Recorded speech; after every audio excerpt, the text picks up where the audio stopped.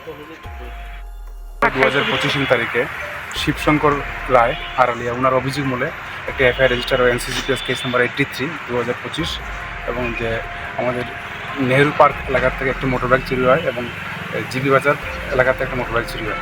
তো সেটা তদন্ত করতে গিয়ে আমাদের আয়ু জয়নাল হোসেন আমরা সিসিটিভি ফুটেজ করি, দেখি যে আমরা একটা অটোরিক্সা ইউজ করে তিনজন চোর নেহেরু পার্কে এসেছিলো এবং যাওয়ার সময় বাইকটি নিয়ে গেছে।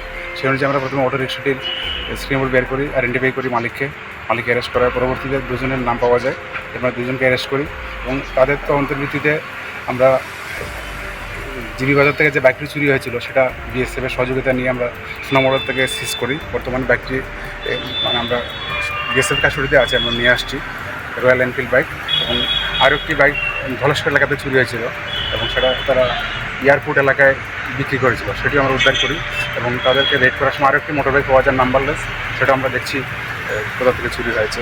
তো মোট আমরা 6 জনকে অ্যারেস্ট করেছি, তার মধ্যে আগরতলা থেকে 3 জন এবং বক্সনগর এরিয়া থেকে 3 জন, যারা মূলত এই বাইকগুলি চুরি করে বাংলাদেশ ফেয়ার করে দিই।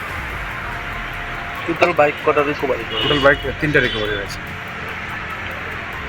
আর নতুন কোনো নাম পাওয়া গেছে তাদের জিজ্ঞাসাবাদে? পাওয়া গেছে, আমরা সেটার নাম বলছি না, তবে আমরা তাদেরও রেড করছি। হ্যাঁ, আর কয়েকটা নাম আছে এই চুরির সঙ্গে যুক্ত আছে।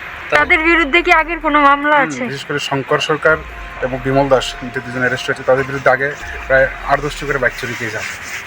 আচ্ছা, তাদেরকে আমরা বিএনএসএস 111 সেকশন অ্যাড করার জন্য কোর্টে প্রেয়ার দিচ্ছি, অর্গানাইজ করে।